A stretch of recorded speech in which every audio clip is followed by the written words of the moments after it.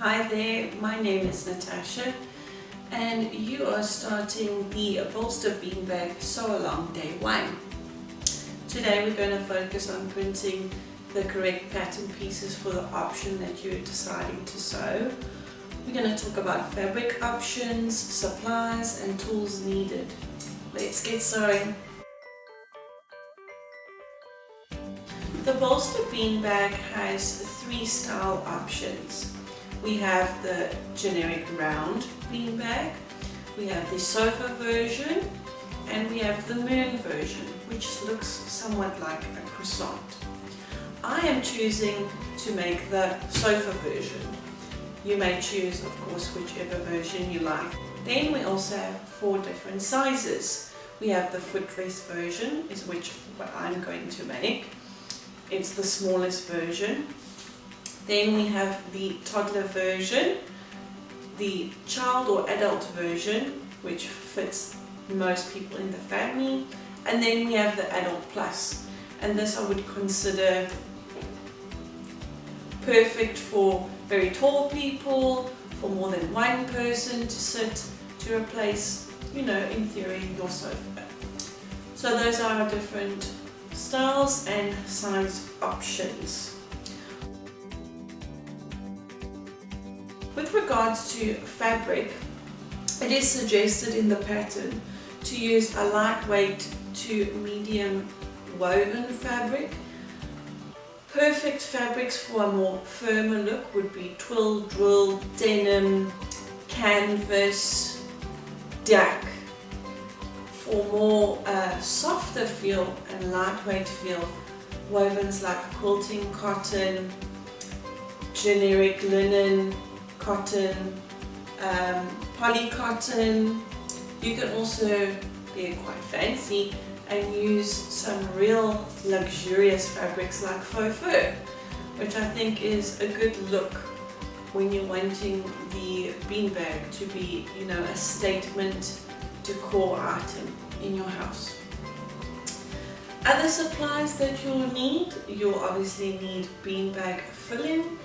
This you can get at most Walmarts, Amazon, online. Otherwise, local craft shops should supply the beanbag refill packs.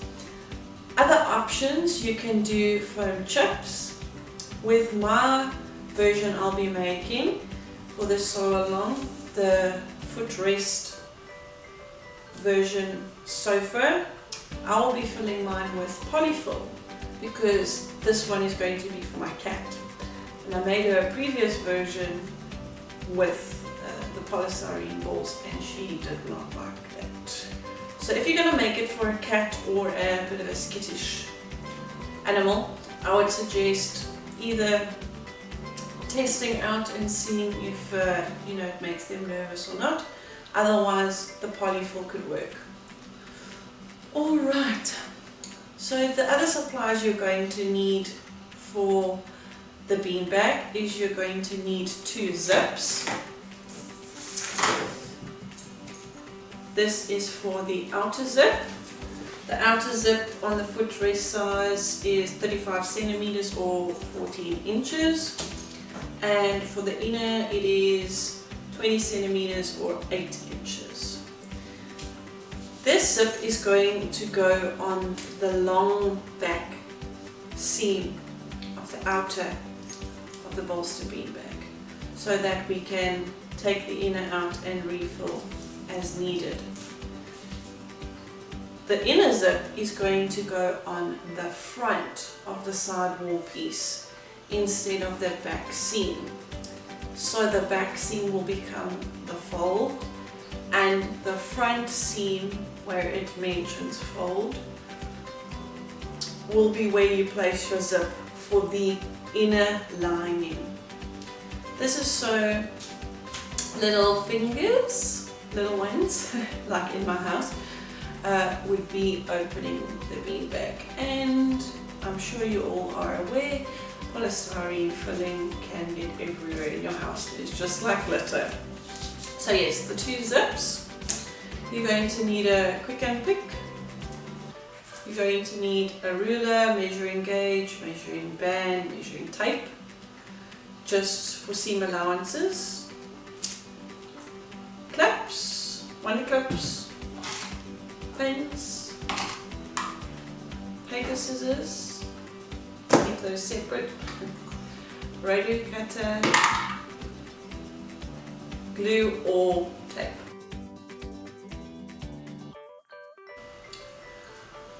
Before printing your pattern, I'd like you to please go to page 14 and 15 of your instructions. On page 14 is the A4 pattern piece page numbers. So this will help you to save ink instead of having to print out every single page, because there is 72 pages for each file. So that's quite a lot of pages that you would waste. And on page 15 is the letter page numbers, as well as the A0 or copy shop versions.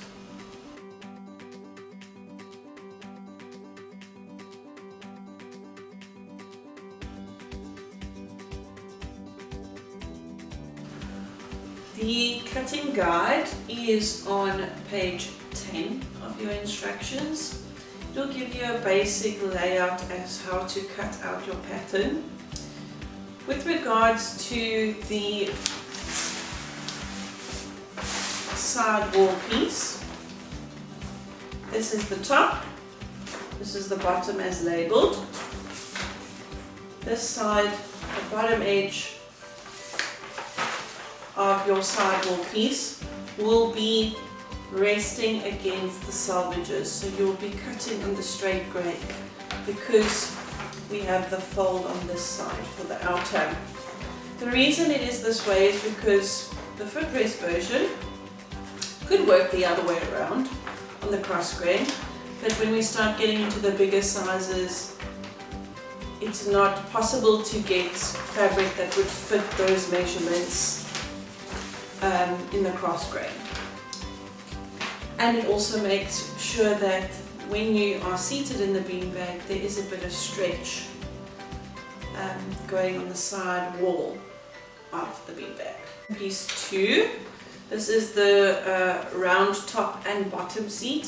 So if you're doing the round version, you would cut 2 of these in an outer and cut 2 of these in an inner.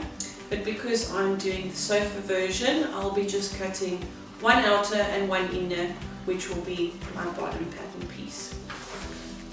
When you're cutting this pattern piece out, you'll be cutting on 2 fold lines. I'll insert a video.